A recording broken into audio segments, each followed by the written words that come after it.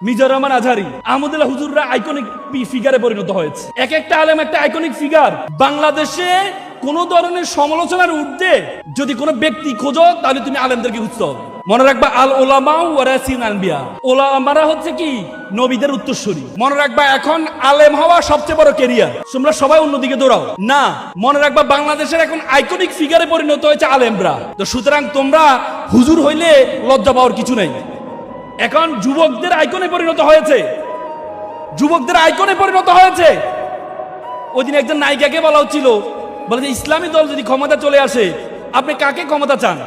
আমি চাই ইসলামী দল। ইসলামী দল ক্ষমতা আসলে তো আপনি যেভাবে পোশাক পরেন এটা পড়তে পারবেন না। সে কি উত্তর দিল জানেন? সে বলে যে আমি চাই আমার মতো ব্যক্তিকে, ওরা ক্ষমতা এসে আমার মতো ব্যক্তিকে শাসন করুক, শাসন করলে আমি পরিবর্তন হয়ে যাব। আল্লাহু আকবার, আল্লাহু আকবার। কি চাও? কি চাও তোমরা? আলেমরা আজকে প্রত্যেকটা যুবক যুবতীর একটা আইকনিক ফিগারে পরিণত হয়েছে।